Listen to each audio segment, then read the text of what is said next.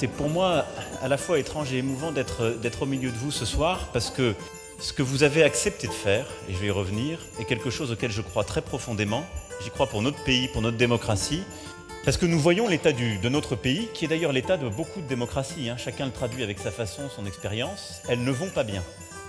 On n'inclut pas suffisamment nos concitoyens dans la construction transparente et débattue des solutions qu'on propose. Et l'idée, la démarche de la Convention citoyenne, c'est ça, c'est de dire les concitoyens ont demandé plus de démocratie parce qu'ils ne veulent pas simplement être celles et ceux qui respectent des lois même si elles sont faites par leurs représentants, mais ils veulent maintenant participer à l'élaboration de ces lois et ils veulent que cette élaboration, en quelque sorte, se fasse de manière beaucoup plus transparente face à des sujets compliqués.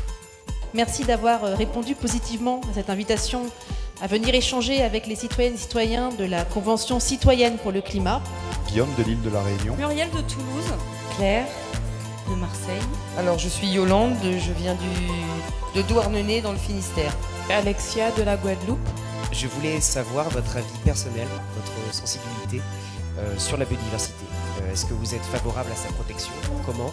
Le système économique incitant à produire et à consommer toujours plus est-il compatible avec la transition écologique? Comment favoriser un système qui pénalisera l'actionnariat préjudiciable au réchauffement climatique et favorisera l'actionnariat vert? Nous avons vu que la démocratie se fatigue en ce moment et depuis ces dernières années avec les différents mouvements sociaux. Donc est-ce que vous pensez que l'avenir de la démocratie française se trouve dans une démocratie plus délibérative à l'image de cette convention? Merci. Je crois en effet que la démocratie délibérative, telle que vous êtes en train de la pratiquer, est une des réponses essentielles à la défiance et à la colère dans notre société. Notre démocratie a besoin de retrouver de la confiance dans le processus de décision.